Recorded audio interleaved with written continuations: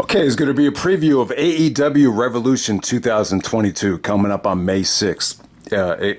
March 6th on a Sunday night, about 10 days from now. I know the card is not fully locked right now. We're just kind of waiting on, I guess, the Young Bucks and Orange Cassidy to officially qualify. But yeah, the card is pretty much set in stone other than that. So, yeah, I'm just in an AEW mood right now. But before I get down with the preview, I just want to touch on the Cody Rhodes news.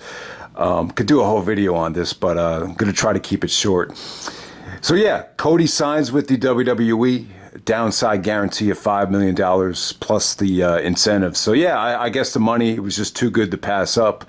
I'm a little bit disappointed that he signed because, you just kind of had the feeling like, you've come so far, why sign now, especially when he hasn't had the chance to work with guys like CM Punk and, Bryan Danielson yet. But yeah, I just think it makes sense for both sides, especially when you look at the big picture. Cody, really could bring a lot to the WWE. I think the WWE needs him bad. He could kind of fill in that void that John Cena left open. He's been hosting game shows. He's got the reality show. And I don't know if anyone really brought this up, but I think what makes him very valuable, too, is that he's in an interracial marriage. You could bring Brandy along for the ride. I'm almost certain that NBC or Fox or whoever is going to want to, obviously they can't call it Rhodes to the Top, but I'd imagine they probably change the name and they're going to want to, put that reality show on full display as well. And, but yeah, I'm excited about it. I'm happy for Cody. This is a rare situation where someone has, bet on themselves and come back a better performer and a bigger star. And, maybe Vince is just really proud of Cody. And we'll see how it translates in the main event scene in the WWE. I think Cody versus Edge, I just saw the promo where Edge is issuing an open challenge. I think it makes a lot of sense if Cody would be the one to take on Edge. I still love to see AJ Styles in that mix, but with the way AJ was booked at the Elimination Chamber, you just a little bit of question marks right now about that. But yeah, that's pretty much it about Cody. But ultimately, I'm a little bit disappointed though. But it definitely makes sense on the AEW side as well. You heard a lot of things about how we lost, a little bit of control with the booking aspect of it. And, maybe his tastes aren't really compatible with, the Tony Khan and the CM Punk side of it. You always kind of, look at Cody as more of an old school guy when it comes to booking, more along the lines of a Jim Cornette, Crockett, and Dusty Rhodes as well. He's pretty much a throwback in terms of his taste for wrestling. So maybe it just the sides just had different tastes as well, and maybe had just as much to do with that than just money. But who knows? But no matter how you look at it, I think it's exciting news. So let's jump right into the pay-per-view. All right, so first match announced on the show, we got Jade Cargille taking on Ty Conti. So Ty Conti gets another shot. This time it's for the TBS Championship against the undefeated Jade. And she actually cut a promo last night and said, "Who's next?" And it ended up being Ty Conti. And then they got a huge Goldberg chant. So, yeah, 28, I'm pretty sure Jade is going to win this thing. But, hey, I'll definitely say Ty Conti is probably the most attractive and most competitive challenger that she's had so far. All right, so next up we got the Face of the Revolution ladder match for a future shot at the TNT Championship, not the AEW Championship. So, yeah, we get to see Keith Lee. Yeah, some new additions to AEW. Keith Lee and Jay White. Jay White, we'll talk about him later. So, Jay White is, maybe Jay White will end up in this match. We don't know yet, but I'm pretty sure Orange Cassidy will qualify against that one guy from the Acclaimed on Rampage, Anthony Bowens, that's his name. All right, so officially we got Keith Lee. A lot of beef in this match, especially the first three guys. We got Keith Lee, Wardlow, Powerhouse Hobbs. You got Ricky Starks. So you got two guys from Team Taz, and then you get Orange Cassidy. And then who knows? Maybe Jay White will be the last entrant, But yeah, the last year the match is a lot of fun. Sometimes it could feel like a big mess, but yeah, you got this is like AEW's version of Money in the Bank to a degree. But yeah, you got a lot of big guys in this match. But I'm glad that Wardlow is in this match because it kind of makes it seem like he won't interfere in the dog collar match, which I'm hoping he doesn't. I think they've been treating Wardlow like he was gonna have this Batista babyface turn. I'm just hoping that it doesn't come at the expense of MJF or CM Punk in the dog collar match, no matter how you look at it. Okay, so next up we got the Jurassic Express defending the tag team championships in a three-way tag match against Red Dragon, Bobby Fish and Kyle O'Reilly, and possibly the Young Bucks. If you've been watching Dynamite and AEW, there's definitely been a rift between Red Dragon and the Young Bucks with their association with Adam Cole. So yeah, it should probably be the Young Bucks. And plus, it would make sense that this is a triple threat because Jurassic Express and the Bucks. I mean, how many pay-per-view matches or how many matches have they had over the last couple of years? I mean, they've wrestled so many times that you had to make it different. And having Red Dragon in the equation here would definitely make sense. I could definitely see Red Dragon winning the championships here. It might be a little bit too soon, but in a way, you could jumpstart Red Dragon and the Bucks. Their matches were spectacular going back to, Ring of Honor in 2014. So you would think AEW want to cash in on the type of chemistry that they had. And I'll tell you, man, Jungle Boy and Luchasaurus winning the belts at the first TBS show, it was a cute moment. It was a cool moment.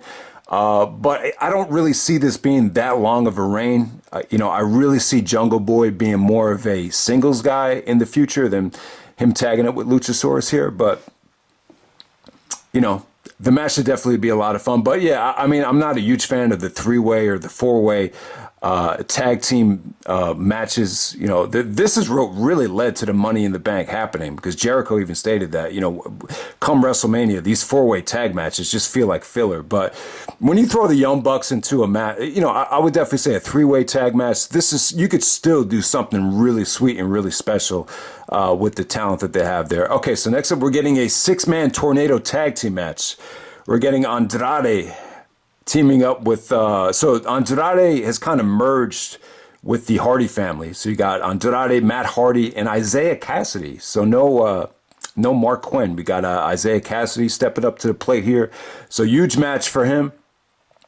I think this is the first time on a pay-per-view where he's going to be, not associated with his private party tag team partner. So taking on Sting, Sammy Guevara, and Darby Allin. This is cool. This is a cool spot for Sting to be in. A hell of an opportunity for Sammy to be teaming up with Sting. I think Sammy's had an awesome start to the year for AEW. The ladder match he had with Cody and unifying the interim TNT championship. That was a great moment for him. So yeah, this is definitely cool. But we should definitely see more on the power struggle between Andrade and Matt Hardy. Okay, Chris Jericho versus Eddie Kingston.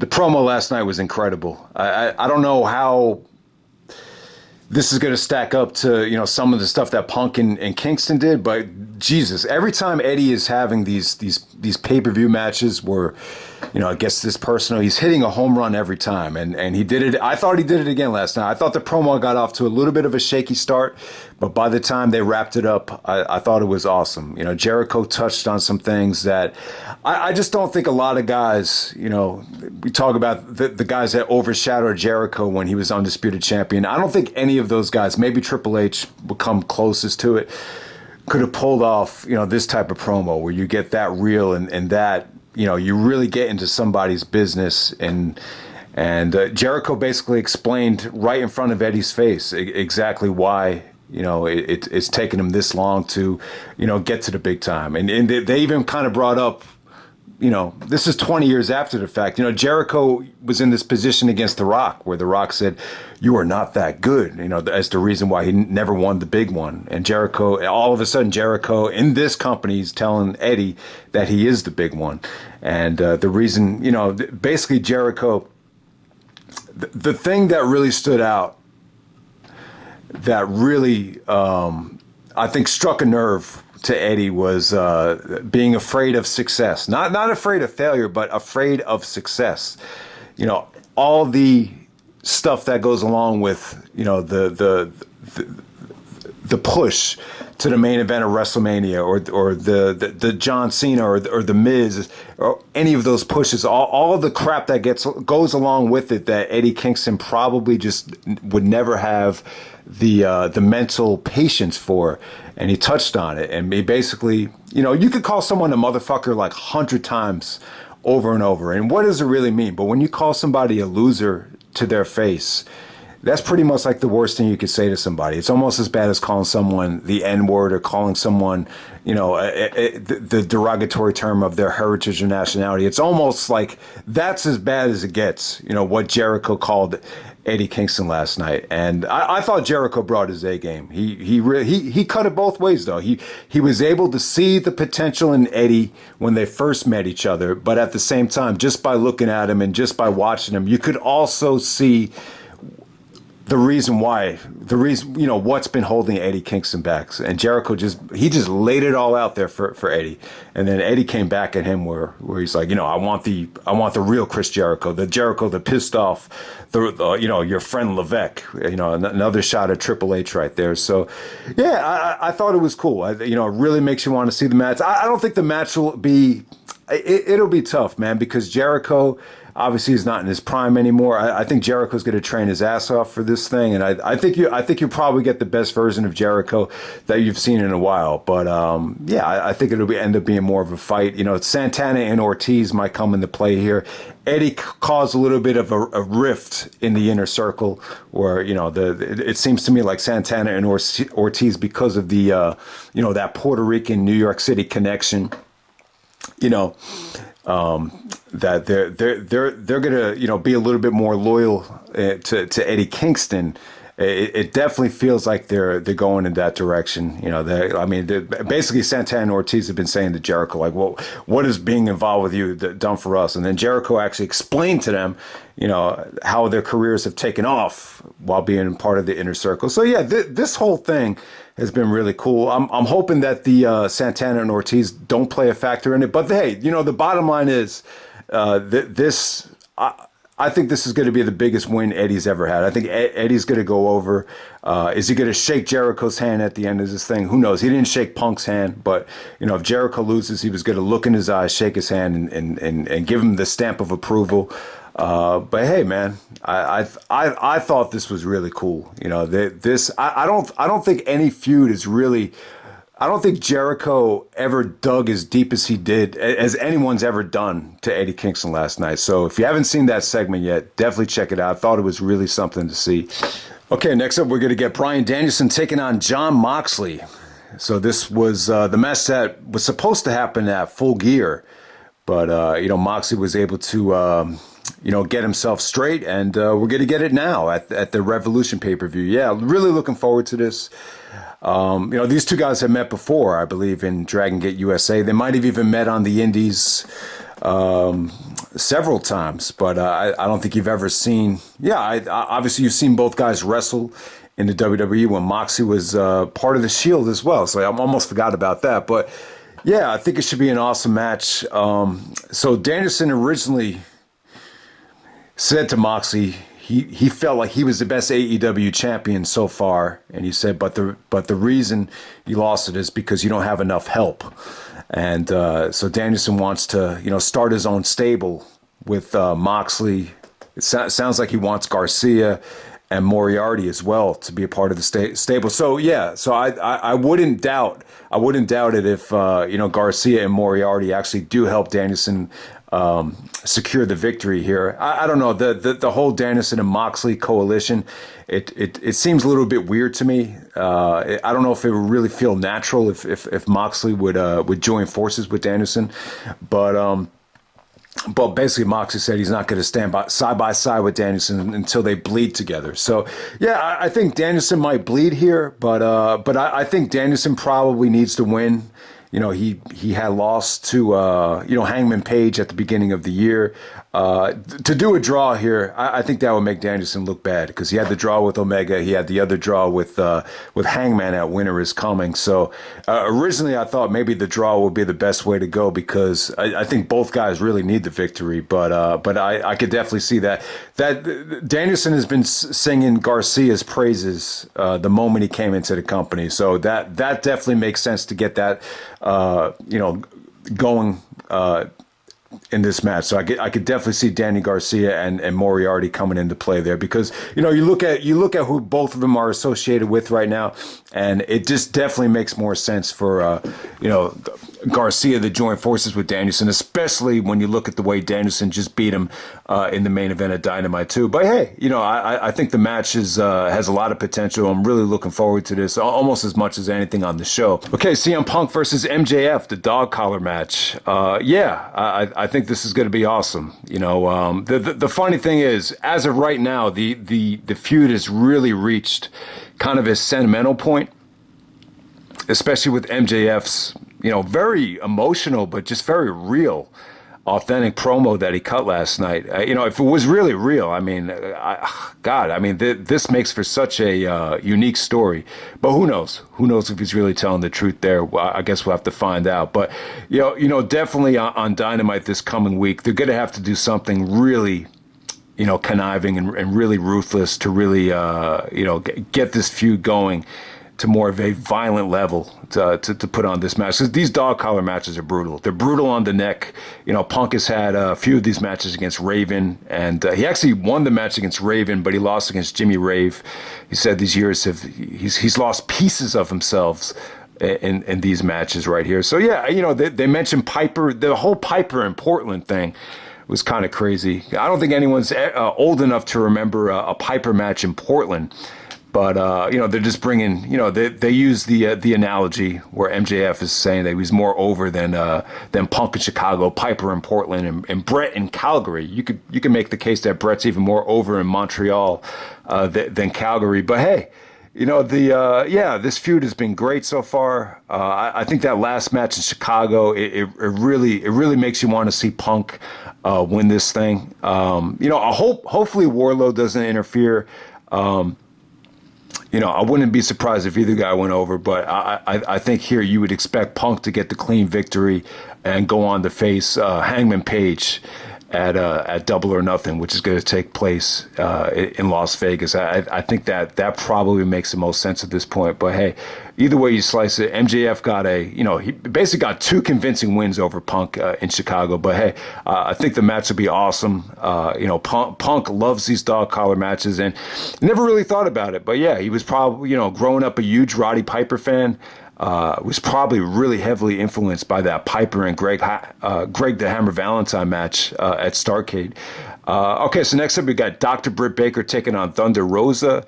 The rematch, finally, for the AEW Women's Championship. So yeah, almost a whole year in the making. I guess we're going to end up being 11 days short of their match from St. Paddy's Day last year. So, this won't have any stipulation to it. So it should be interesting to see how these women work without the hardcore stipulation, because that match last year got a lot of acclaim, a lot of buzz. I think I saw in a segment on Dynamite that Britt was actually, one of those PWI accolades said match of the year. So did this really win match of the year in PWI? That the match against Thunder Rosa, maybe it did, but yeah, I'm just hoping that the interference doesn't come into play. They did some stuff with Mercedes Martinez, so maybe she finally picks a side here after being undecisive. I just hope the interference from Rebel and what was it, Jamie Hurst doesn't come into play, because these women are definitely capable of putting on a classic. But now the real challenge starts. Sometimes you could argue that, it's easy to put on a great match with thumbtacks and tables and, chair shots and all the weapons. But now let's see if Britt Baker could really put on the same level of match quality with just wrestling, and that's going to be the challenge here. So we'll see what happens. She's the biggest star in the business in terms of women. She definitely has the looks. She has like the body of Nikki Bella, but she could actually wrestle. But we'll see if she could really, take it to the next level here. And she's got the perfect opponent in Thunder Rosa. So yeah, really looking forward to this match. This is one of the best women's matches that could potentially happen in a really long time. So next up, we got Hangman Page, Adam versus Adam. Actually got into a fight with a kid named Adam last night. So, this is kind of bringing back some bad memories. So we got Hangman Adam Page taking on Adam Cole for the AEW World Championship. I wouldn't be surprised if Adam Cole won it here. I think the problem with Cole winning is it's kind of like an NXT guy coming in and winning the championship on first try. To think that Adam Cole would be AEW champion before Bryan Danielson and CM Punk, it might be a little bit unrealistic. It doesn't feel like it, but this is Hangman's first, title defense. You would think the Omega match would have happened, before he actually lost the title here. So I think it could go either way. If I had to bet money on it, I would bet that Hangman will win this thing. Cole. Cole's reputation in NXT was a lot of these matches that he had for the NXT championship really went to overkill mode, like 45 minutes with Johnny Gargano. I just hope that's not the case there. Here, I feel like they could put on a good solid match that's, under 22 minutes. So I think this is a refreshing main event. It's not what I expected to happen at Revolution. I was hoping for more of a rematch with Kenny Omega. Or possibly Bryan Danielson in a triple threat or a round robin challenge. I think that was my original hope. But yeah, I'm cool with Cole getting the title shot. I think that's one of the great things about signing Cole is you could plug him into this spot and you could have an unpredictable match. If Cole does win, possibly heading into Double or Nothing, you could do a Cole versus CM Punk feud. I think that will be really cool, especially if Britt Baker could get involved. I think the problem with Punk being married to AJ Lee and that being so well documented, it kind of nixes any possibility of a love triangle or, because obviously you could just tell Punk has a thing for Britt Baker. I mean, obviously she's a great wrestler, but let's be real. I'm sure it goes a little bit deeper than that as far as his, praise for Britt Baker. But hey, I think it's a possibility. Wouldn't rule it out, but you would think Hangman would actually win his first pay-per-view, main event here. So we'll definitely see what happens. So yeah, I think the card looks amazing. Probably should have kept this video a little bit shorter, but hey, I think emotions and excitement are running high right now. But yeah, just in terms of matches, though, I haven't really covered any matches. Didn't really make a list or anything, but so far in 2022, I would definitely say Bryan Danielson and Hangman Page is still the match of the year. I didn't quite think it was as good as the Winter is Coming match. I think part of the problem that I had with the match was, when they came back from commercial break, Danielson's face was like a crimson mask. So you kind of say to yourself, well, how did it get to that point? So if you're able to watch these matches on Fight TV and see them without any commercial interruptions, I would definitely say you definitely have an advantage. But I just felt like the buzz in the air, the crowd just wasn't as hot for as long as the match in Dallas. I just think in Dallas, Hangman Page kind of has a throwback look to someone from World Clash. So I just thought that had a much better atmosphere. But, Danielson and Paige from, Newark, the Prudential Center, it was still a good follow-up, and it's still probably the match of the year. But, what I wanted to say about that, they were really able to eclipse what Aries and Tyler Black and Ring of Honor were trying to do. That definitely did not work out as well. They tried to do the judges thing there. And, you could argue that the 8th anniversary show match with Seth Rollins winning the Ring of Honor world title was a cool moment. But I think both matches here definitely surpassed what Aries and Black tried to do. All right, Punk versus MJF in Chicago. If you haven't seen it yet, definitely check it out. I think they went about 40 minutes. They must have won at least 40. They actually restarted the match after the referee found the tape that MJF choked Punk out with. Wardlow actually came into play at the end, so hopefully he doesn't interfere in the dog collar match. But yeah, I still thought MJF got great heat here. I just thought, even though it was slow paced, even though MJF applied a lot of submission holds and rest holds, I thought Punk selling on the knee and even on the neck He was selling multiple injuries in this match. But yeah, if you haven't seen it yet, definitely check it out. I went into it kind of cold. I thought maybe they weren't really going to try to put on a great match, but by the end of it, I was just like, man, this was freaking great. You got This Is Awesome chance just for a very slow paced, but old school wrestling match. It was really something to see. So definitely check it out if you haven't yet. Cody versus Sammy from the ladder match to unify the TNT Championship from Beach Break. I thought that was really good. Crazy offense from Sammy. He took a superplex off the ladder. The springboard ace crusher came off beautiful here. So yeah, just tons of great spots there. So if that was Cody's last match in AEW, it definitely went out with a bang. The Adam Cole Orange Cassidy match from Beach Break was pretty cool. I just thought it was kind of weird that Cole was trying to downplay losing to Orange Cassidy, saying that it doesn't count.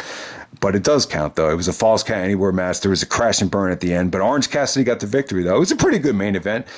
Beach Break was cool, but I don't know. I don't know if it's really worth like a review at the time, but yeah, Beach Break is one of their bigger shows. Okay, so Jay White versus Trent. So it's cool to see Jay White. He really does look like the brother of Pac. He really does. But yeah, he comes in with a tremendous resume. I believe he's a Grand Slam winner from New Japan.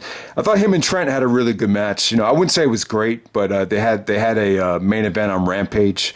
Definitely worth checking out. That's going to end up being Jay White's first match in AEW. The Young Bucks versus Rapagni Vice match of Rocky Romero and, I guess Trent from Rampage. That was really good. That was kind of like a New Japan rematch. The Danielson versus Garcia match from last night on Dynamite. Really good stuff. It didn't go long enough to be considered great, but it really felt like something from WXW, or I was even going to say something from like Battle Arts. It definitely had that type of feel to it. The crowd really didn't know how to react at first, but by the end, I thought they had him. But Danielson went over in pretty convincing fashion, almost to the degree where you think, maybe Garcia really earned Danielson's respect and breaks away from 2.0. Because let's be honest, 2.0 is a Chikara stable. And, why would someone like Garcia that's that well-versed in submissions and skill be fucking around with someone from Chikara? No offense, I know Chikara has a lot. I'm a big fan of Chikara, but, I've always been very candid that they're not my favorite promotion.